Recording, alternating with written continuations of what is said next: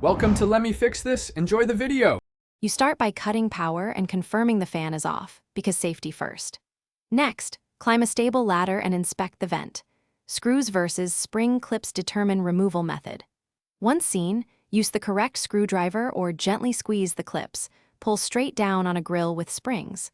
Make sure to support the cover with one hand as you disengage hardware. This prevents dropping dust into the fan housing and keeps the work fast and tidy. Once the cover is off, clean inside the housing thoroughly to improve airflow and reduce noise. You should vacuum lint from the fan blades and duct entrance, then wipe surfaces to remove residue. While you work, inspect the duct connection and motor mount for loose screws or damage.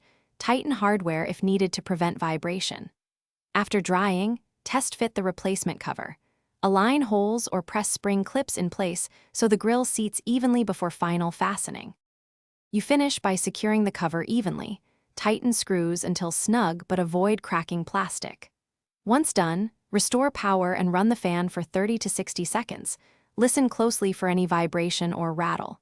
If you hear noise, make sure the cover isn't touching the fan blades and that the housing is tightly mounted. As a troubleshooting tip, add a thin foam gasket between cover and ceiling or retighten bracket screws. This usually cures persistent rattles. Thanks for watching. If you found this helpful, don't forget to like and subscribe.